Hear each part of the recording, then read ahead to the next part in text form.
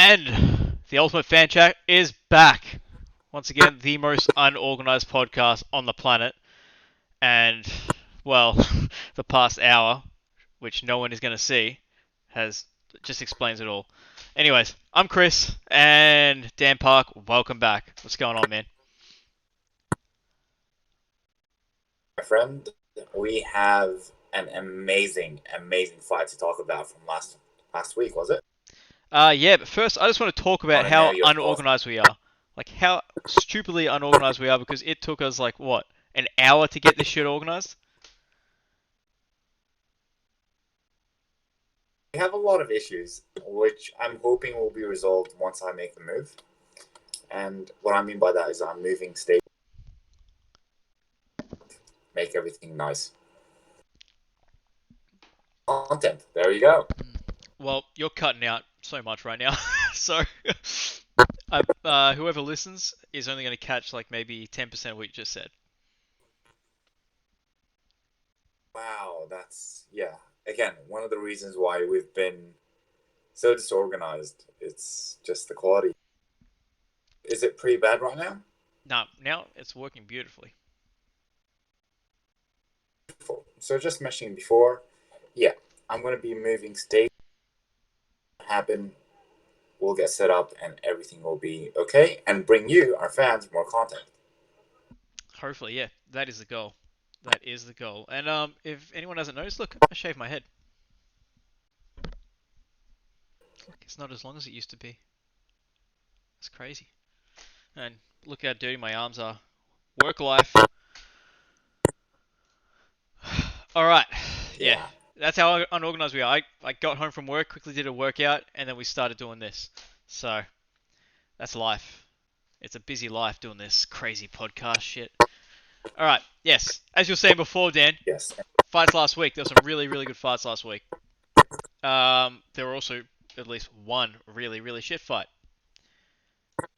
I don't know if we should Yeah, even the talk main, about that, but we will. I Anyways, actually tuned out. Started. I actually tuned out and stopped watching. oh, you stop. You stop watching. Which round did you stop watching at? I'm too. Fair enough. I don't blame you. It was pretty shit.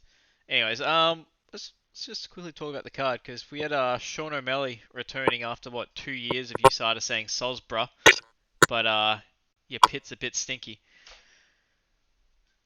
So I think he's dirty. He is dirty. you think he's He is dirty? dirty, and I love You think he's him. dirty? I Very don't. dirty. I don't think so, man. I don't know. Very dirty. I don't know. I really don't. Anyways, how do you think he looked? I thought he looked great. I thought he looked like when Conor McGregor debuted. That's kind of how he looked to me. Like just picking his shot super well and just putting the guy down so just stupidly easy. And he finished it with an uppercut, just like Conor did in his debut against I think Marcus Brimage. And that's a fantastic comparison. They both move very awkwardly, very, how can I say, dynamically, but very calm and collected at the same time. Mm. There, like you say, this is a great comparison, and I think he looked great. I was very surprised. Like usually with a 2 year layoff, ring rust is a real thing. But yeah, Yeah, yeah, like I loved it. I loved it. yeah, I agree with you. Ring rust is definitely a real thing, but we didn't seem to think it was. Um, yeah. Anyways, the next fight, Alex Oliveira and Max Griffin. I thought that was a fun one. Yeah, it was the Alex Olivera Max Griffin fight. That was actually a good fight. I thought Max Griffin was going to take it just because I don't trust Alex Oliveira at all. I think he has terrible fight IQ, and I think he quits at times. The one that I was really surprised by, which we can talk about later on, is Neil Magny. Yes, yes, I agree with that. Um, we'll stick to the Alex Oliveira fight just for a second, because I agree with you. Alex Oliveira is kind of like a Yoel Romero with his like slight dirtiness or poor like fight IQ bullshit. I don't know what it is, but he does some weird shit. Whether he's getting taken down, he just blatantly grabs the cage with all five fingers, Not just like, oh, okay, just kind of like, oh, it slipped, whatever. But he grabs the fucking cage hard that the cage is actually like wobbling. It's like, dude, Yeah. what are you doing, man? But yeah, no, I thought he fought pretty well in this fight. He maintained distance reasonably well, and but still, Max, it was a close. It was a really close fight. It really could have gone either way. Like there were, I think there was, I can't remember which rounds, but there was a round that could have gone either way. I think round one and round two definitely went to either guy. Like round one definitely went to Max, and round two definitely went to Alex. But I think it was round three that was kind of up in the air. And yeah, Alex got it, which is good because I think his job was on the line. I think he was on a 4 fight skid, so that's good. But I don't know what Max's record is like at the moment. He's probably on a yeah, he's on a 2 fight skid now.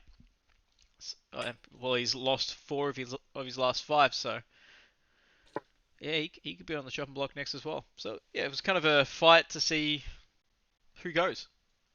Anyways, moving to the next fight, Neil Magny and Li Jinliang. Well, let's go with that. Thoughts?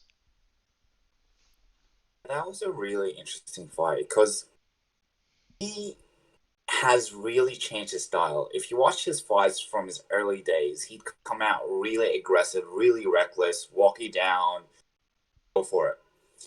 But now he's developed a more conservative, more less reckless, a bit more defensive style, which actually worked out for the worse for him. His cardio historically has looked amazing. But he gassed out like in round two, which was very surprising. Yeah, it just took over. Yeah, yeah, I agree. I agree. This is going back to that ring rust. I thought Neil Magny, because he's been out for I think 2 years as well, so I thought he was gonna have a bit of trouble adjusting to the time off. But and I actually picked Leeching the I'll call him the Leech. I picked the Leech in this fight. I thought his aggressive style was kind of be Neil Magny's undoing, just like it was against Lorenz Larkin. But I was wrong. And Neil Magny, he showed his grittiness. He showed that he's always got cardio. Like, because that was a grueling fight. It really was. I mean, the Leech gas, but not like the Leech was putting a lot of pressure on Magny as well. So Magny still had to like match that pressure to get out of certain situations, and he didn't gas at all. So fuck, that was impressive. But yeah, hopefully Magny can do like continue to do well against some of the top welterweights because obviously the Leech isn't a top welterweight. Yeah, no, I don't think the Leech will ever hit top levels. He's not that technical. Not that technical, or just not technical at all. Yeah, we're in agreement there. Fuck, I'm looking at the Leech's record. He beat that Santos guy, Ezekiel Zisk, whatever his name is, Santos, who was on a pretty decent win streak before he fought the Leech. Yeah, he was on a 1, 2, 3, 4, 5, 6, 7 fight win streak before he fought the Leech. Get some decent names, not some great names, but some decent names.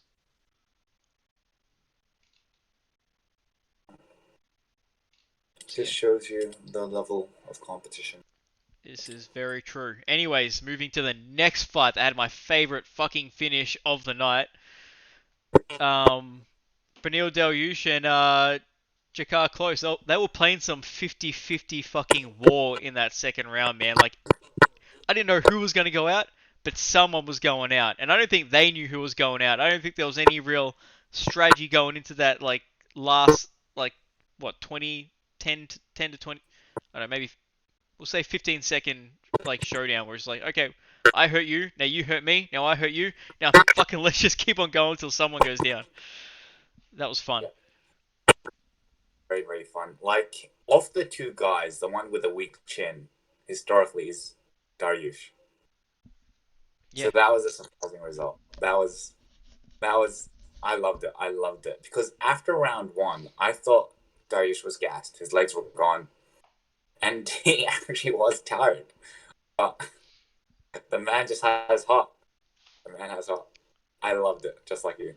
Yeah, man, he has heart, but he also has fucking them cojones. Like he's got a big solid sack underneath him, man. Because to go to war with a guy like that and come out better, like knocked him out to the point. You know when you see a knockout and the guy's looking into the crowd as opposed to looking in front of him, and his fucking mouthpiece is hanging half out of his mouth. And it's like, holy shit, that dude is completely out. He doesn't know where he is. Well, not completely out, but he's out like as close to going out without like having your eyes go behind your head. Like it was a but fucking Benil's shown to have like some pretty decent hands in the past as well because he's knocked out what's his name, Vic. That's not bad. I mean, knocking out a guy with that kind of reach.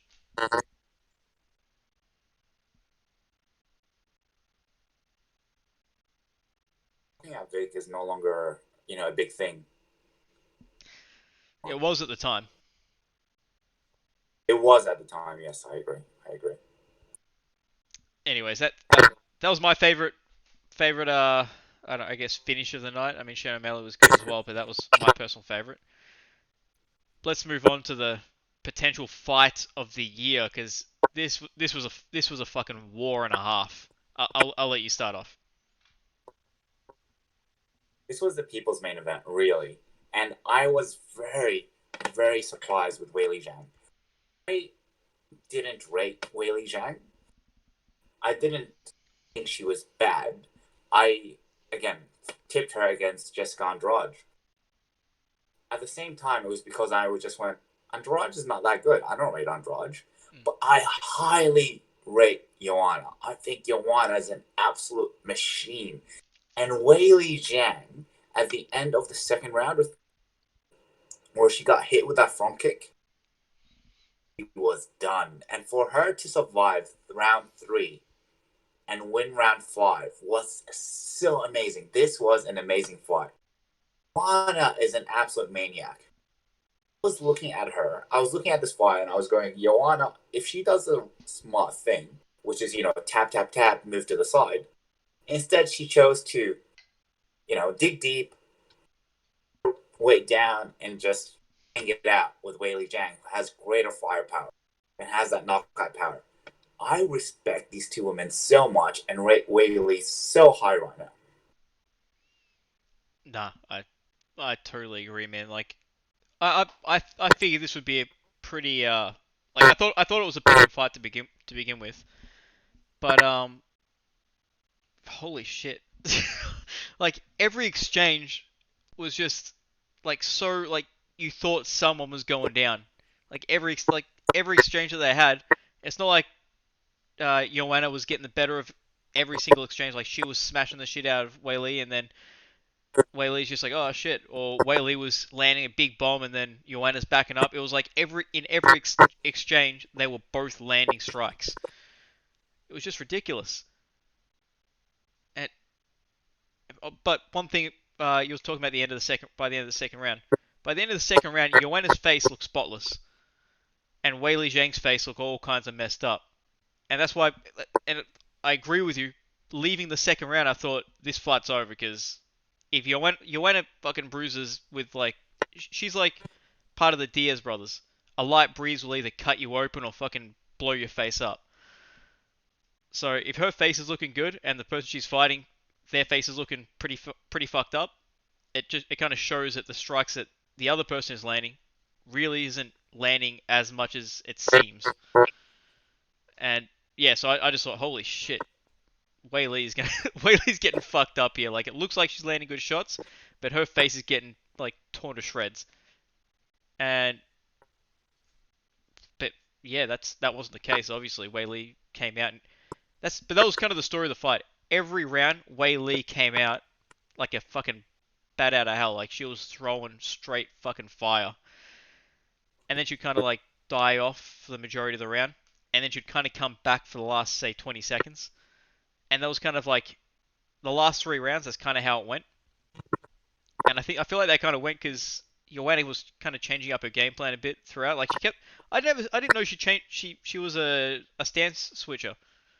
I thought she always fought an orthodox throughout all the fights. But in this fight, she kept on switching up to southpaw, which I think was to save her from the left hook, because that was kind of her undoing against Rose in the first fight, and in the second fight, that's what kept on like putting her at a pause. She kept on getting caught with that left hook, and it kind of like pause her for a bit, and then she wouldn't be able to obviously like just she wouldn't have she'll lose her momentum in the fight. She'd get caught with a left hook and be like shit, and then she'd be on the back foot. In this fight, she was changing stances a lot, so when she started getting caught with that left hook, she'd change to southpaw. But then obviously she was going for the big right hand. And when she started getting caught with that straight right or that looping right, she'd switch back to orthodox. And I feel like that's what kept on throwing Weili Zhang off, and that's what made it such a great fight because it was like tactical adjustments throughout the fight that both fighters had to constantly adjust to. It was just like it's fucking crazy. All right. I went on a bit of a rant there. I'll let you say something now. I loved it. I love this fight so much because Weili Zhang, she's actually has decent grappling. Like her grappling's a lot better than Joanna, so I can see her being a dominant champion. I'm just really really happy this fight happened, and I loved it. I really really enjoyed it. Not the same for the main event, which was an absolute snooze fest. Let's keep on talking about this fight. Okay. No, I loved it. Joanna showed a lot of heart against the rage. Her face, her forehead was blown. Or guys, when that happens to them, you give out. Like I'd give out. For example, with Weili Zhang, she was getting beat up pretty bad, and a lot of people, girls, historically, got beat up by Joanna. Once they stopped, like, look, what's her name? Valerie? Letourneau, yeah. Like, oh, yeah, like Valerie Letourneau. She was doing all right, and once she started getting beat up, she started winning away, and then Joanna just took over. What's going to happen? With, like you said, with Zhang, every single round, she came out fresh, ready to fight. I reckon that's what won her the fight. She's absolutely amazing. Yeah, yeah. Fuck, I don't know. I really don't know much more to say about it. But we'll talk about like fight IQ before in terms of you got Alex Oliveira and Romero, who historically they kind of make some very questionable decisions during the fights, which kind of wins them the fights. And maybe it's not poor fight IQ, maybe it's good fight IQ because they tend to win fights on dirty tactics. But like in this fight, you saw that both women had incredible fight IQ. Like if they got hurt, that like Joanna a couple of times at the end of the round, she could see that Wei Li was trying to come on pretty hard at the end of the round to try and steal the round away, and then she just clinch up with her because there's 10 seconds left. You don't want to get knocked out by the chick with obviously bigger power in the last 10 seconds because she's trying to win that round back. So she just quickly, as soon as she saw that Wei Li was like starting to load up on punches a bit more instead of kind of like just hanging back, she would just clinch up against her. And Wei Li was doing the same thing. Wei Li got rocked a couple of times, like you said in that front kick. So she'd try and switch it up to a bit of a clinch battle, kind of like save her brain from any more damage. And there was constant adjustments throughout the fight like that. And just like, oh my god, these chicks are so fucking good.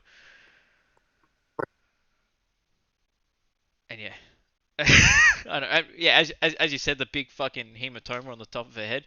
Imagine, oh my god, I can't even imagine that. Like, there's gonna be some serious memes made about that. The same like when Cormier was crying after he fought John Jones.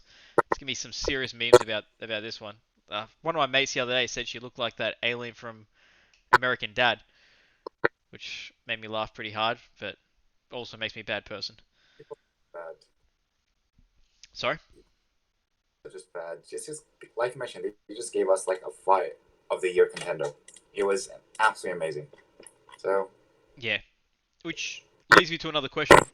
Where do they go next from here? Should they fight again? Should Joanna retire? Should she fight the winner or loser of a certain fight? Or if Suarez is ready, should she definitely get the title fight? What do you think should happen here?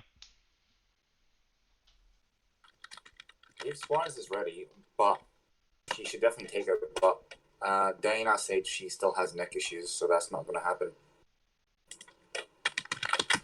That's a great question. What is next? Rose says that she doesn't know. if she wants to fight anymore. She's fighting on Draj. Rose. Hello? Yes, she's fighting on Draj. Yeah, I didn't know that. That's going to be an interesting fight. Yeah, Nina is out. She's having a child. Mia is out. Carl Esparza, no. Michelle Waterson lost to Joanna. Yeah, it's interesting. Jean Nan just won over Carolina. So maybe Jan gets another fight in the meantime and becomes a contender. Yeah, sounds alright.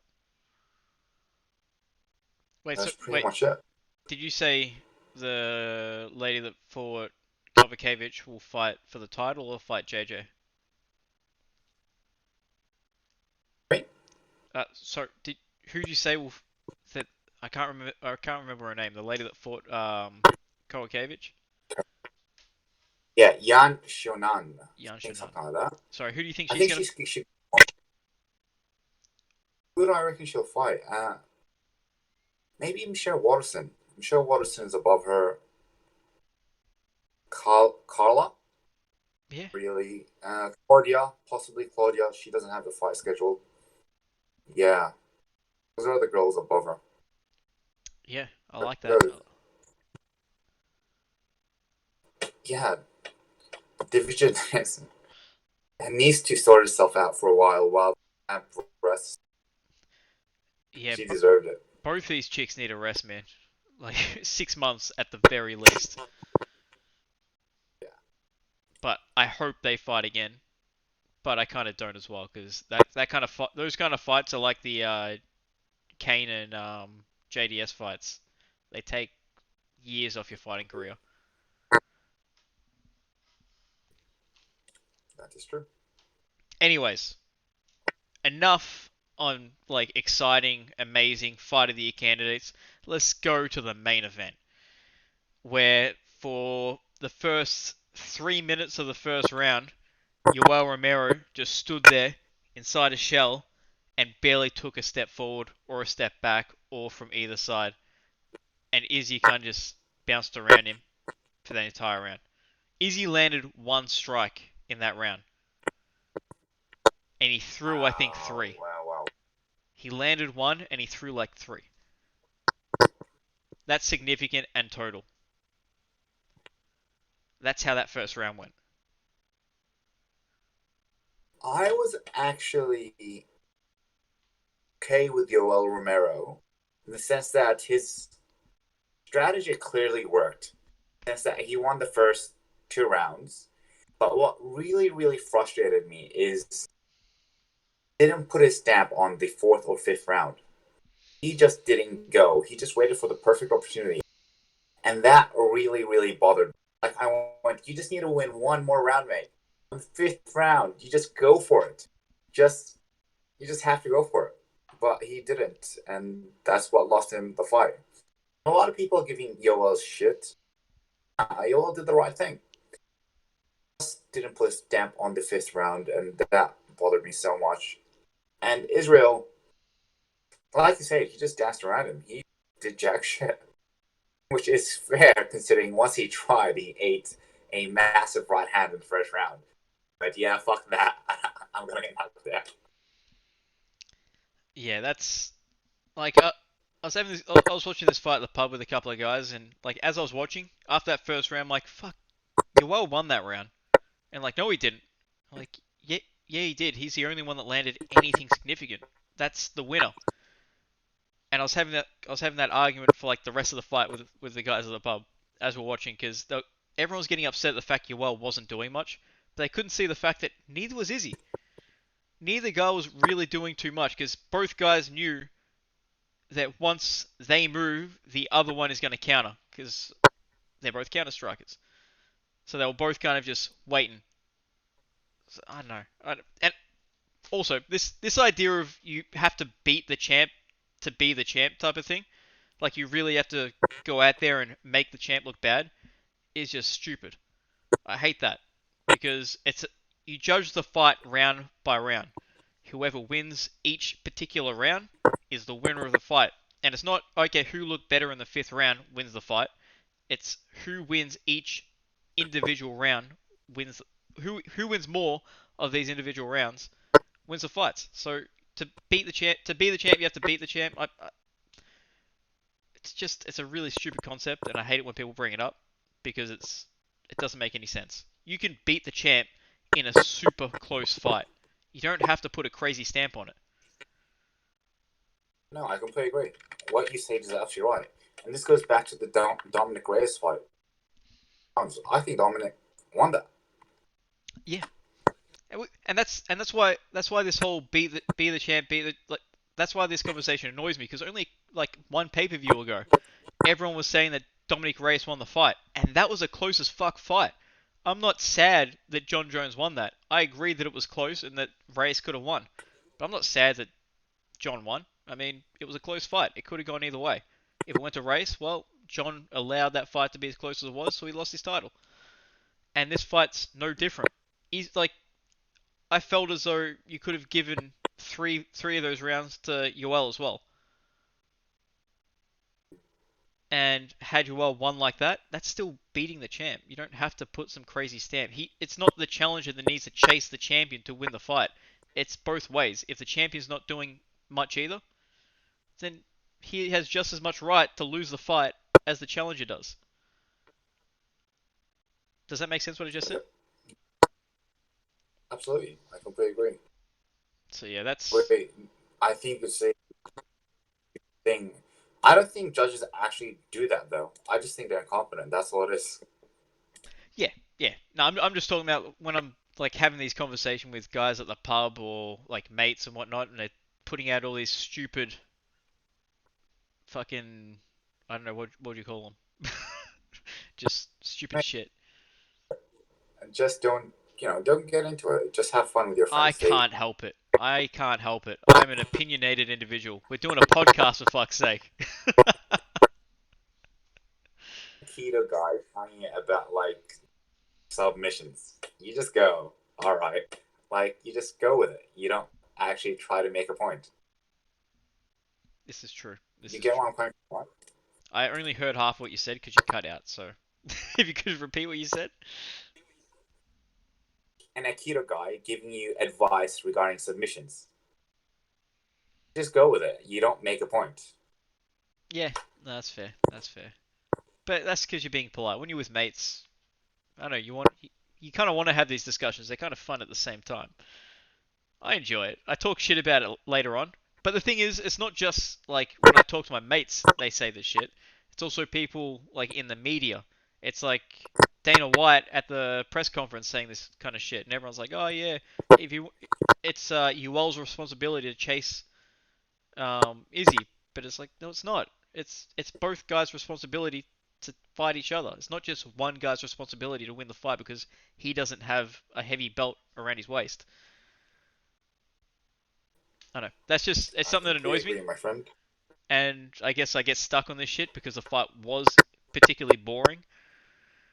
So I got to try and find something to talk about, and this is what I found to talk about, and it annoys me. So I spoke about it. But no, the fight was shit. I mean, there's no like tippy toeing around that. Whether you thought you well won or you have these opinions like I do about who needs to chase who, the fight was shit. It really was.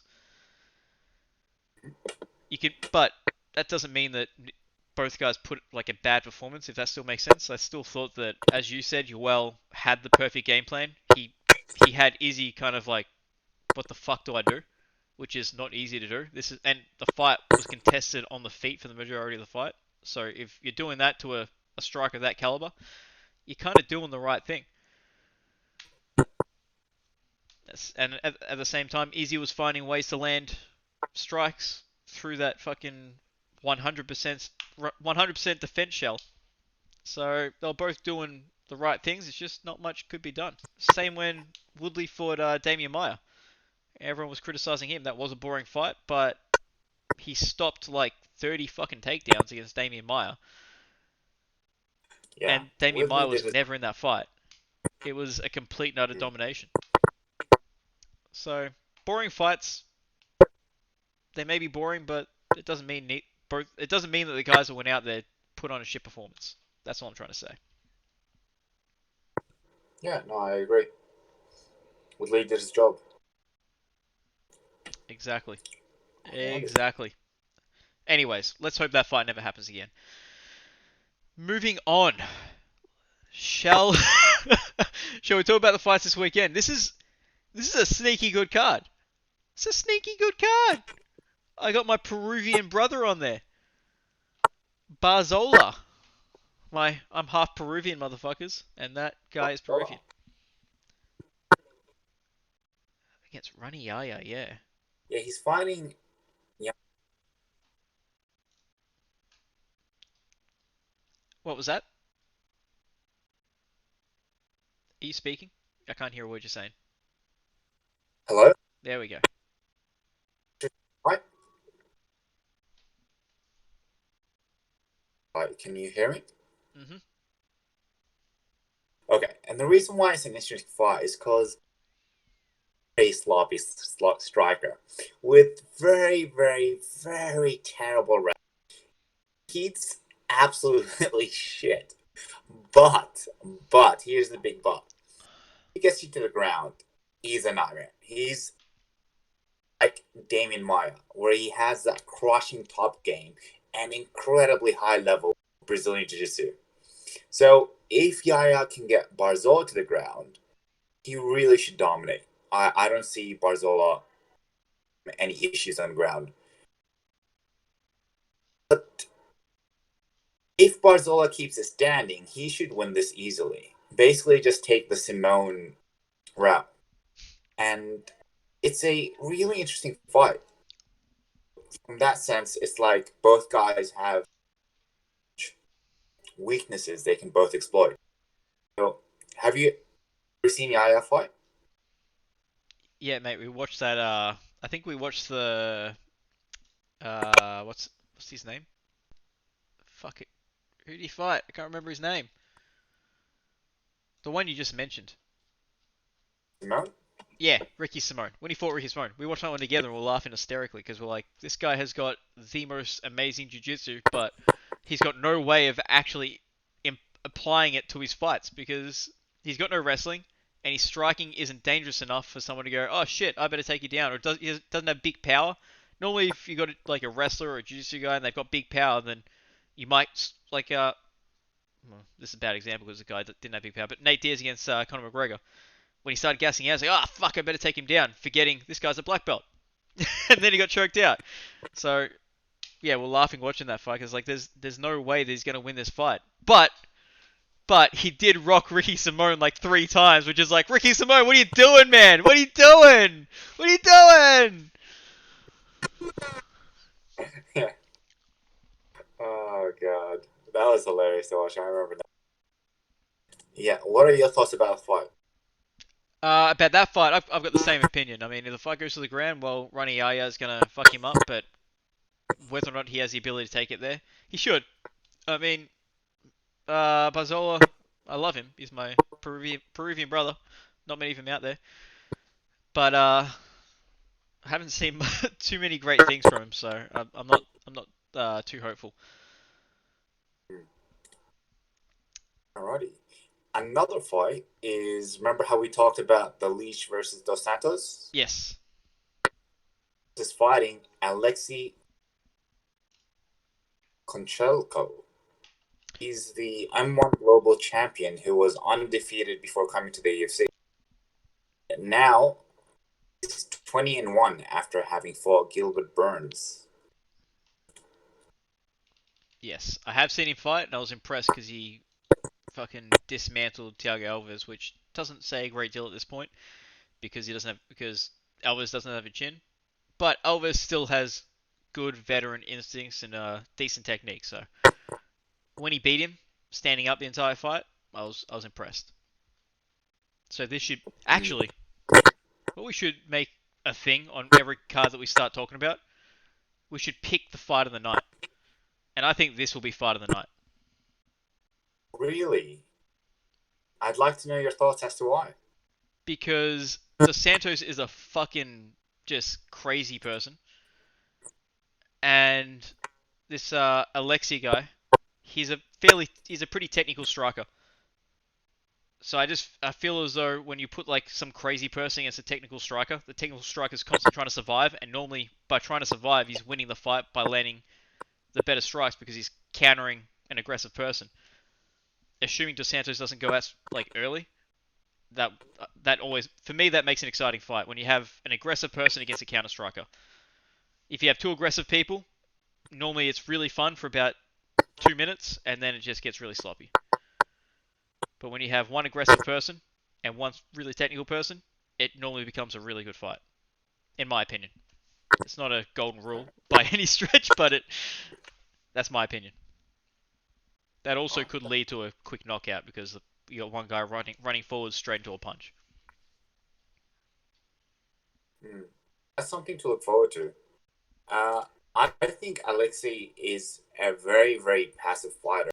So for me, my fight of the night will have to be Well, Jessica do it. for Don't say it yet. We'll wait till we get to the fight and then you can pick it. So we'll keep on moving up. The next one would be Peter I Love Vagina's favorite because it's a female strawweight fight, and you know how he feels about these female fighters, top of the range fighters. But Rana Marcos, I love her. I love her. I think she's great. She's got great grappling. I love chicks that grapple. Just makes me happy. And Amanda Rebus, I think we watched her fight recently, and she had a good fight. If it's the chick that I'm thinking about. You know what? I'm gonna Google her because I can't remember what she looks like. She doesn't have a Wikipedia page. oh, Amanda Rivas fought Mackenzie Dern last. Did she? Did she win? She won a decision. Well, there we go. That's not the chick that I thought she was. Okay, not excited for this fight.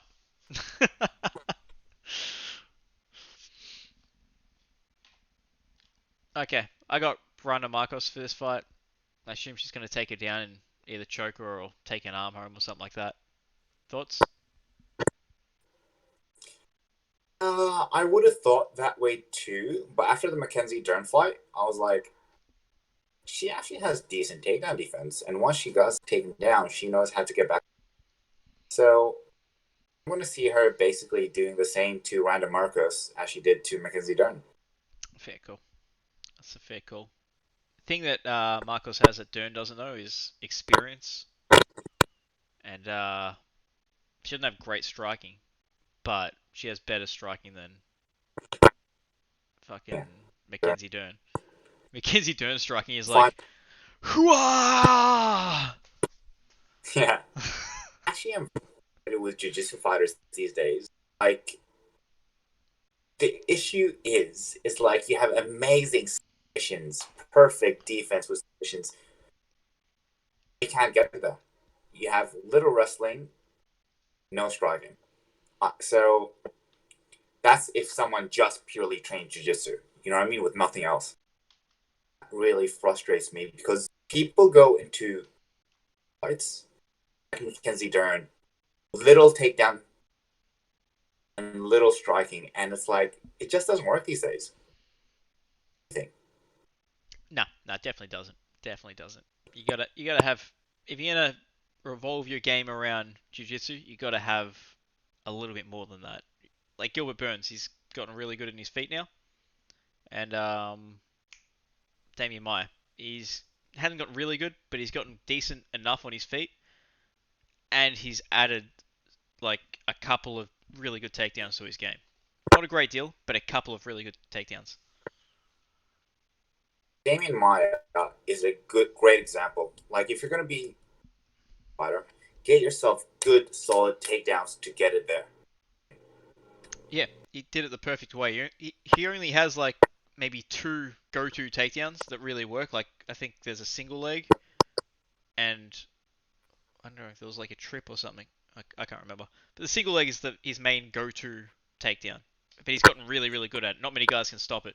That's why Tyron Woodley stopping it like 30 fucking times was super impressive. Mm. All right, That's moving amazing. to the fight that you want to speak about earlier. Go. Formiga versus Brandon Moreno. I am high on Brandon Moreno now. GCR is pretty good. He did beat the God of War. That's a that's an exciting fight. For me, this is going to be the fight of the night. Actually, rate Formiga, but he beat Davison Figueiredo. I think that's how it is. Yep. And Figueiredo, best shot at Benavides, who I actually rate highly. Mass again. Brandon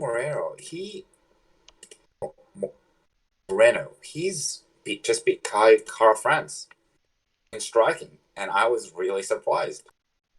I rate him a lot now, and I rate both of them. I think this is going to be a fantastic fight. I'm really looking forward to it.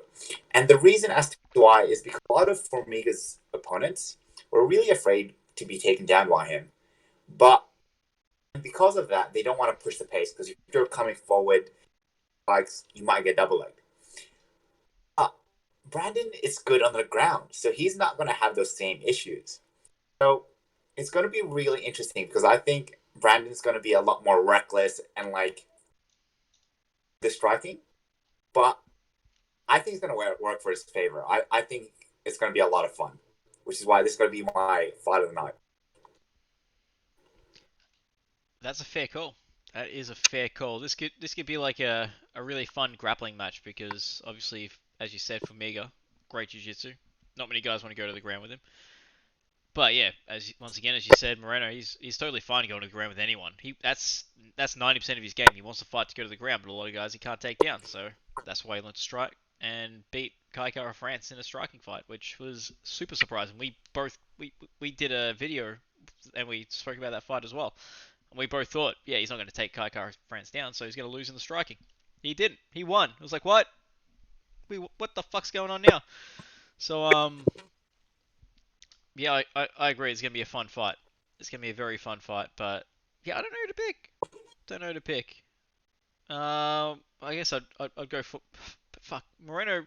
He submitted Dustin Ortiz on the ground. He submitted Luis Smoker on the ground. Those are two amazing grapplers. Not they're not on the jiu-jitsu level of Formiga, but they're still great grapplers. And he submitted them like with relative ease. So this could be a really really fun fight when it goes to the ground. If it does. Who knows? Maybe Moreno's turning into a striker. He'll show some Chuck Liddell's takedown defense. I doubt it though. Anyways, moving on. Francisco Trinaldo and John McDessie. I see this being not as fun of a fight. I just don't. What do you think?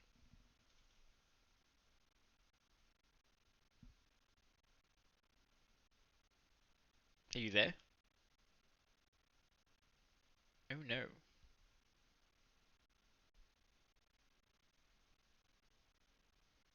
Can you hear me? Ah, okay. Well, there we go. You get to see my big face because he just cut out. Let's see what happens now. Hopefully he comes back. Hmm. And this is why it's good we don't have many fans at this show. Because this shit happens all the time.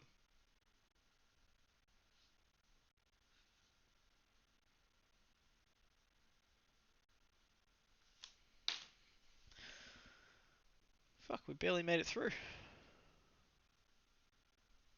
I guess, what can I talk about?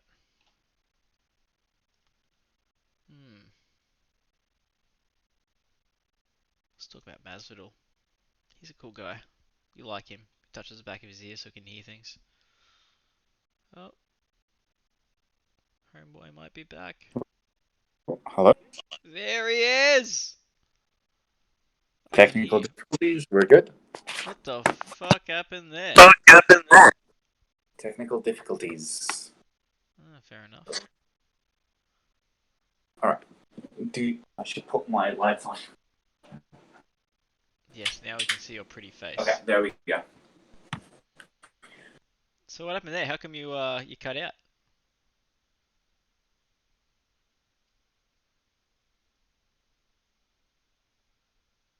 Sorry, I can't hear you.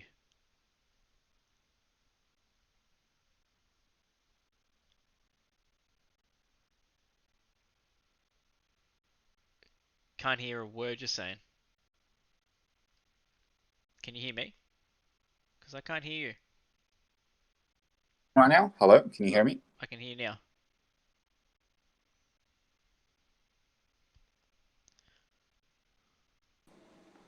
Now I can't hear you. Yeah, I got it. You cannot hear me. Oh, now I can. Can you hear me? Am I cutting off? Nope, now you're good. Okay. Bro. Recording right now, or are we? We're good, we're good. But holy fuck, this was the entire first hour of trying to get this podcast started. Just this shit over and over again. Ah, okay, okay. Shit. Okay, let's go to the John McDessie and Trinaldo fight. Um, yeah, I don't see this being a fun fight, but Yeah, this is a really interesting fight because Trinaldo, I watched his last fight against Green, and I was so impressed. I'm like, mate, you're 41 and you look amazing. I'm 41. I want to be on the sauce like Trinaldo, and I want to be that active, be that good looking. That man is amazing because actually appears to be getting better with age. And like at 41, you'd think, like Romero, you're no longer in your prime. You're half of what you used to be. No, the man is just going and going. I love it. And I actually give Ronaldo the edge on this fight. The reason as to why is one, because he's with Brazilian judges, and John is actually a very like tap fighter in the sense that he tries to rack up wins with volumes, whereas Trinaldo tries to win with like Romero with one explosive strike. So it's going to be an interesting fight because John doesn't put too much power, and I think Trinaldo will be able to time him and land a strike and get the judges to be like, "Oh wow," and give him rounds. That's my view. that's a very good breakdown. I enjoyed that breakdown because I'm not going to give anything like that. All I'm going to say is that John McDessie 3 fights ago beat the Kitty Fiddler in Abel Trujillo, which is cool. Which I don't know if you knew about that. Abel Trujillo is being busted for trying to hook up with young ladies. Have you frozen again? Fuck.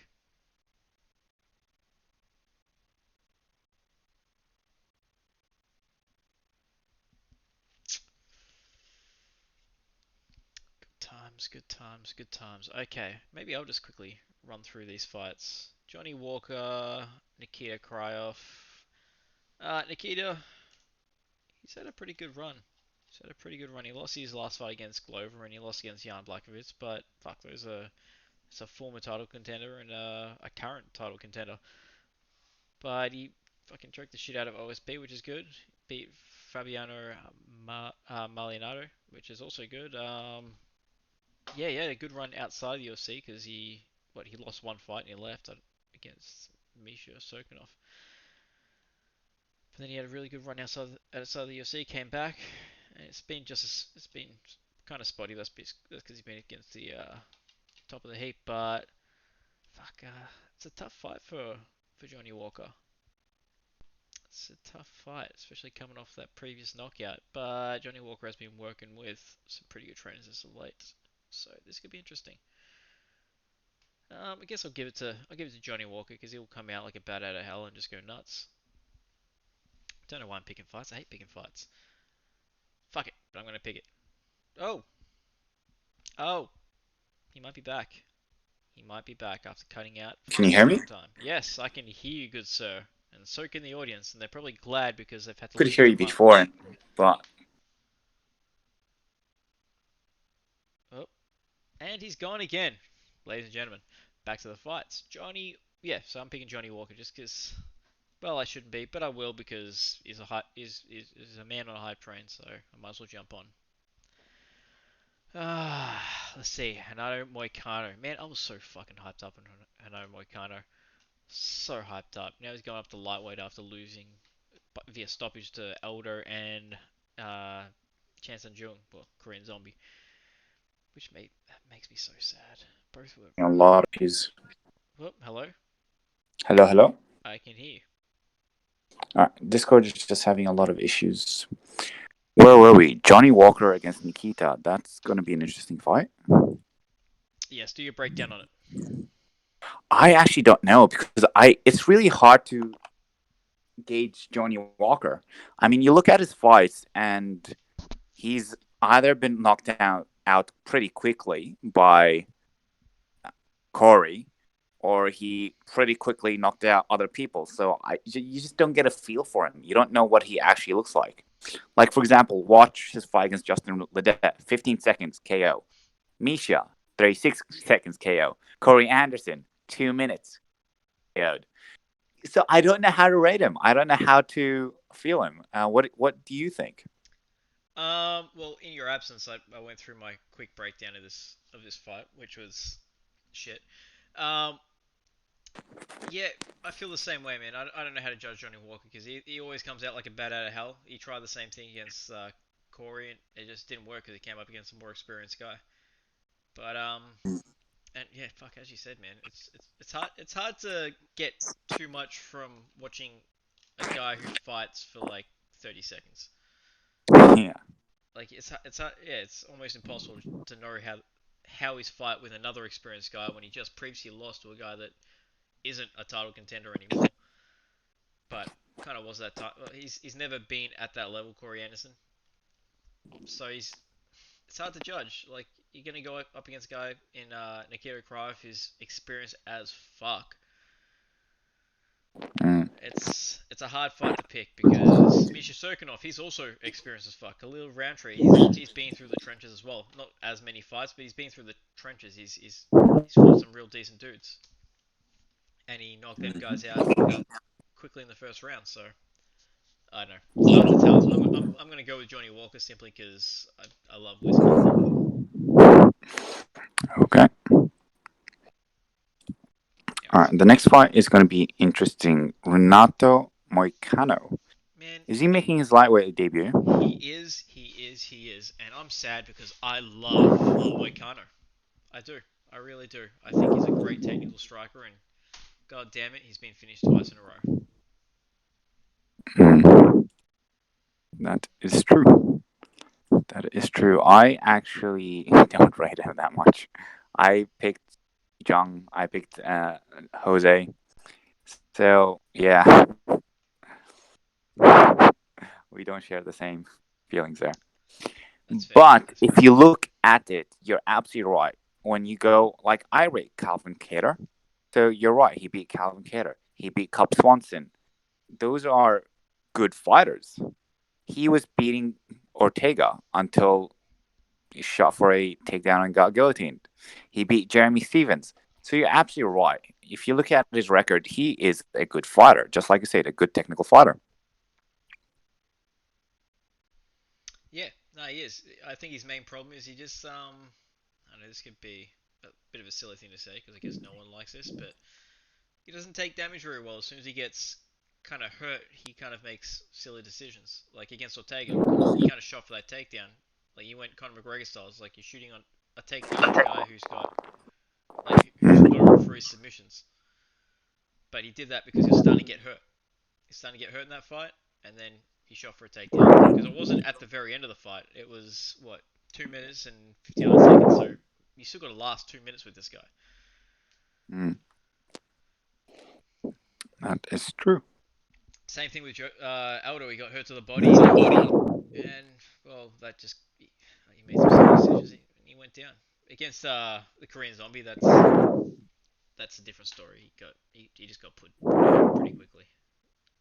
But for all we know, that could be because he's a big dude cutting down to featherweight. Maybe all these problems won't be a problem anymore once he's at lightweight. Because he's fucking 5'11". Like he's my height. That's a big fucking Mm, dude. to be cutting down Big to guy. 145 pounds. Yeah, big guy. And he's fighting a guy who's absolute beast.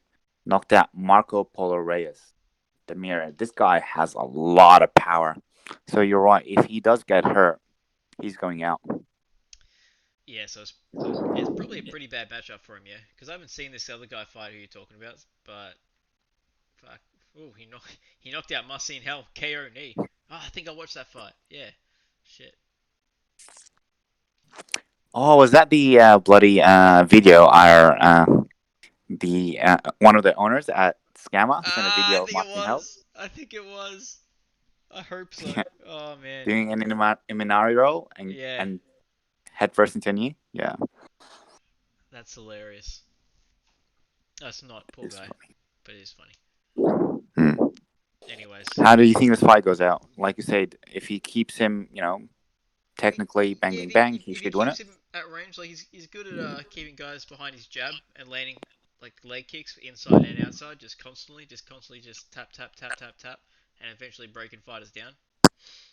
But it takes him 3 rounds to do it. He's not a guy with big power. Like he knocked down Cub Swanson with a jab, but he's not known for his power. He's known for just outworking guys. He's like a Joanna Vs but not as Mm. good. Mhm. So I'm gonna go Moicano because I'm a Moicano fanboy. What about you? I don't. I think if Demir hurts Moicano now that he raised it up, I think he's going out. So I am gonna go with. Actually, I'm gonna go with Moicano too. I hope he wins. It's gonna be first blood into the division. Fair call. All right, let's move on to what I don't know. How do I say this? You think Formiga and Moreno is going to be fight of the night because both guys are going to be pretty crazy on the ground. This fight, if it goes to the ground, will be like above Formiga and Moicano because this is like two legit high level guys. Not one guy who's pretty good and a guy who's legitimately good. These are really high level guys, both guys. Yeah, I think if Gilbert Burns is smart, he'll keep it standing, do his best to keep standing and not go to the ground. Because I think even though Gilbert Burns is great at jiu-jitsu, you're not Damien Maya. Damien Maya gets on top of you, it's game over. We don't know, and that's why this fight's interesting. Maybe he can give. I mean, we all thought if Jake Shields went to the ground with Damian Maia, it would be game over. Jake Shields, he completely nullified him, Mm. so it could be interesting. That is true. It could be very interesting. Fuck, I really don't know who to pick. Geez, the last guy to beat Gilbert Burns was Dan Hooker. That's pretty cool. Knockout. And Oh, fuck, I forgot about this. Burns beat Gunnar Nelson, another black belt. yeah, but not all black belts are equal. Come on. No, obviously not. But Gunnar was known for being like a world champion at. Well, he won a silver medal at the World Championships and a gold medal at the Pan American. And Mhm. that was the brown belt, and then won it again as a black belt. So it's not like Gunnar. It's not like Gunnar Nelson's the guy that got a black belt. Well, I can hear a lot of feedback. Nope, now it's good. Yeah, it's not like Gunnar Nelson's some kind of slouch when it comes to the ground. It's not like he's just a guy that got a black belt but never competed. Mm. So yeah, okay, okay. So yeah, I don't know how this fight's gonna go. I guess May is the smart money. Maya, sorry. Maya, sorry.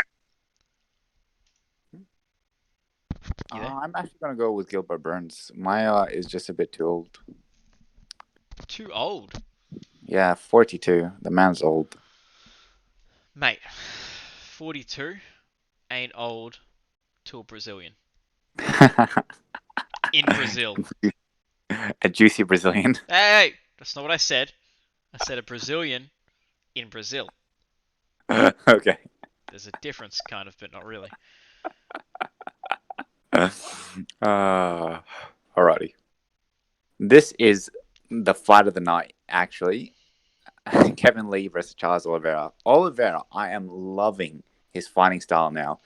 Just the thing is, his takedowns aren't great, but because his jiu-jitsu it's so bloody good, he'll just be up in your face, striking like crazy, begging you to take him down. Like his fight against David Tamor.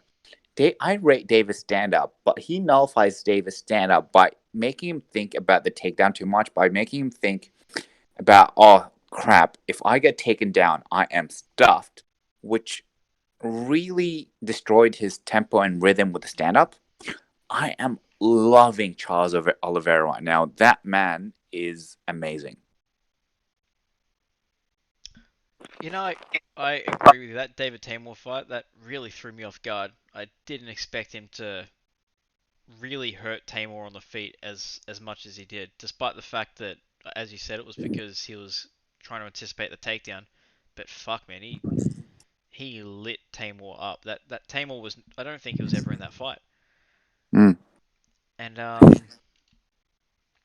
yeah, Oliveira, man, like he's got good striking for a guy that's like, this is the thing. If you've got really good jiu-jitsu, you gotta have something else to back you up. You can't just have good jiu-jitsu. And Oliveira has really good stand-up, and he's got good power, and he has takedowns. So he's kind of like the full package when it comes to a jiu-jitsu guy, which is why he was so highly touted when he first came into the UFC. But I don't know, man. Kevin Lee, like, do you remember? Did you ever watch the fight when Charles Oliveira fought Jim Miller for the first time? Not their second fight, the first fight. When Charles Oliveira fought Jim Miller, no, I haven't. Okay, in their first fight, this is when Olivera, like, this is he was like, he'd just come in, he'd beat Darren Elkins by armbar, he beat no, Efrain Escudero by rear naked choke. Both guys were very, like, pretty decent names at that point in time, especially Escudero. He was a really big name, and I think Escudero was undefeated at that point in time. Let me check. Let me check, good sir. Oof, gotta go down this list. Nope, he wasn't undefeated. He'd been beat by Evan Dunham via armbar previous to that, but still. He was a name. He just come off winning the Ultimate Fighter, and he got rear naked choked in the third round by Olivera. So Olivera was super highly touted, and then he went up against Jim Miller, and Jim Mm. Miller just completely no-sold everything Olivera did in the striking department. Stopped any takedowns that were tried. Ended up taking him down and fucking knee barring him. Oh, I remember that now. Yes, yes. Now that you describe it, I remember it now. Yeah. So that's how that fight went, and I feel like that's Jim Miller at that point in time. He didn't have Lyme's disease like he does now. He was much younger, he was much stronger, and he was just a fucking animal. And I feel like Kevin Lee is very similar, but a newer version of that at this point in time. And I feel like Mm. Kevin Lee is just going to be too much. He's got like phenomenal wrestling Oh, wrestling to the point to the where, point where. well, I can hear feedback here. Fuck. Sorry. Sorry, I could hear myself speaking. Uh, Um, also, yeah, so I feel like Kevin Lee, he's got wrestling to the level where he's not going to be standing there anticipating a takedown, if that mm. makes sense. Yep. He's got good like his reactions to a takedown will be enough that he doesn't have to, like David Tamel, where he had his hands low and he's kind of like really anticipating that takedown to the point where he was Mm. getting beat up. Kevin Lee is very confident in his takedown defense that he's not gonna be too worried about that against Charles Oliveira. Charles Oliveira, a guy that was able to make it down to featherweight at one point in time, and Kevin Lee, a Mm. guy who fought at welterweight. I don't and Oliveira is known for having really good strength. Felder said that himself, but I don't Yep. feel as though he's going to be able to out. I don't feel like he's going to be able to get a hold of Kevin Lee and muscle him around even in that first round. So I feel Yep. like Kevin Lee is just going to no sell everything Oliveira does and knock him out probably in the third. Because Oliveira is known for tiring, and I feel like he's going to tire out in the third. And if it does go to the fourth or fifth and Oliveira is still there, Kevin Lee's going to take Oliveira's back and submit him. Really? Yes, because Oliveira is susceptible to submissions when he's tired. He kind of gives up. Yep. Very interesting. So that's my I opinion. love your breakdown. I really, really do, especially that comparison with Jim Miller. yeah, completely changed my thoughts of the fight because I didn't know what to make of it. I went, especially like you were saying before, Kevin Lee has a wrestling base and he is confident with his takedown defense. So he won't be like Tamor, we're going, oh crap, I gotta defend a takedown if it comes. He's gonna be like, I'll just defend it when it comes. You're Mm, absolutely right. that's yeah, that's a simplified version of my opinion. Yeah, Mm. Yeah, I love it because I before what you said, I didn't know what to make of it. but these are fights, man. The fight could happen. I could be completely wrong because I don't know the strength of these guys. Oliveira might go in there and muscle the fuck out of Kevin Lee and be like, "What the fuck is happening?" Yeah. He might just walk in and just be like, you know what, flying knee. Who Yeah, knows? yeah, exactly. But no, I feel like Kevin Lee's like Kevin Lee's got really good hands, like really good boxing. For a guy that has a wrestling background, like known for his like ground game, he's got really good boxing I actually don't rate Kevin Lee stand up at all. at all, He really. no, I don't. He got beat up against Ali Quinta, and I don't rate Ali Quinta. I think Ali Quinta is a good anti grappler, but he's terrible against strikers.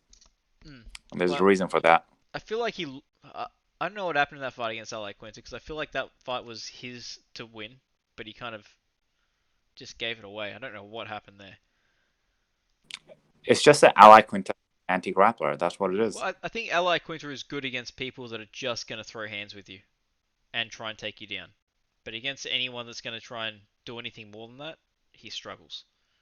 Mm, And that's kind of why he struggled against a guy like Cerrone, because Cerrone throws leg kicks, body punches, fucking, he goes all over the place. As well as yep. the fact that he's also really tall. I think Mm, that's Ally Quinter. Like, I think Kevin Lee is kind of a perfect matchup for Ally Quinter. yep. Alrighty. I think that's that for this event. Is there anything else you want to add on? Isn't there a Bellator card? I figured you'd want to talk about that. Yeah, there is a Bellator card, but I don't know too much about it. I was looking at it. Patricio Pitbull is fighting. It's the start of their featherweight Grand Prix, and just like their welterweight Grand Prix, the champion will defend within the brackets. So Yep. that's going to be interesting. He's fighting Pedro Carvalho, who I don't know too much about at all. Another fight that will be interesting is Emmanuel Sanchez. He's fighting Daniel Weshno.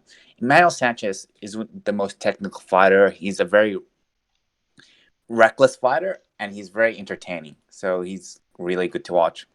Paul Daly is gonna fight. Paul Daly fights are. I like him because of his character. He talks shit about grappling and then goes and tries to grapple Michael Venomade. I'm like, That was pretty funny. yeah. Another interesting one is someone to look out for is Anatoly Tokov.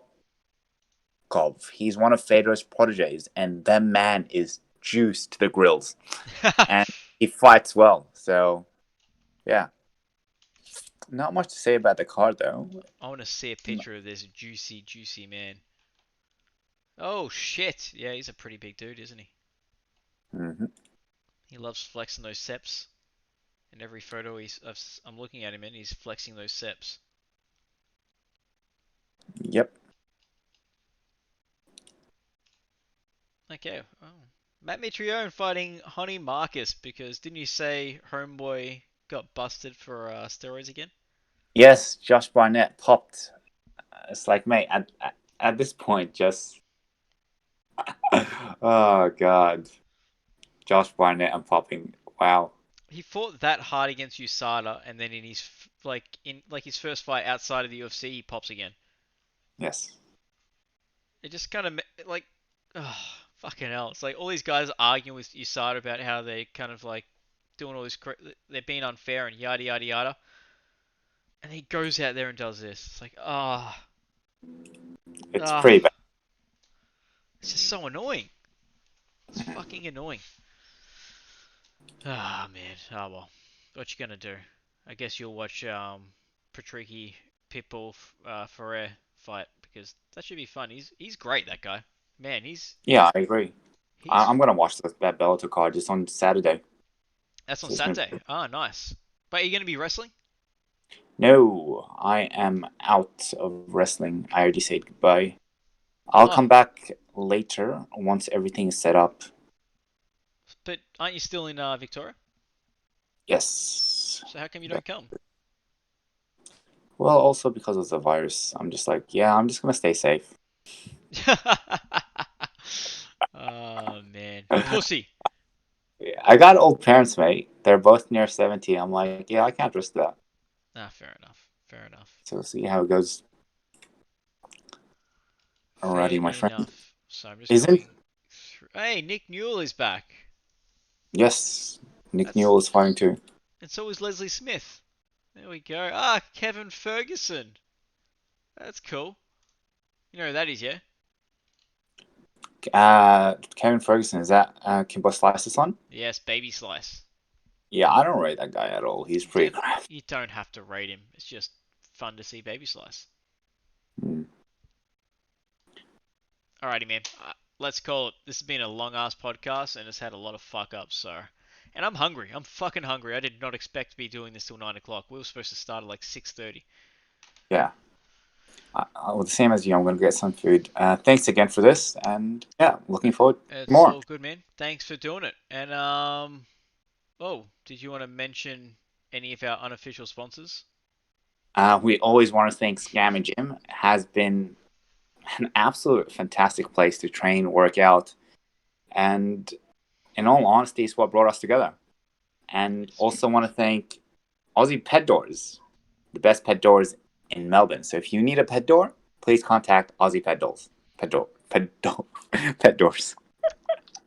fair, fair, fair. And if there's any whiskey people watching this and you make your own whiskey and you want to sponsor us because I love whiskey and I want to drink more. I've been drinking it through this entire podcast. Anyways, yeah, exactly what you said. Thank you very much, and definitely come down to Scammer. I take the morning classes, so come down Hmm. to that. Then that way you get to meet the amazing Kris, and I'll teach you takedowns, even though I'm not very good at them. Dan, are you going to be coming to any jiu-jitsu? Or are you still staying away from people, even jiu-jitsu wise? I will come in tomorrow. You're coming tomorrow, so I'll see you tomorrow morning. That sounds good. Yes. Fuck yeah, I'm excited. All right.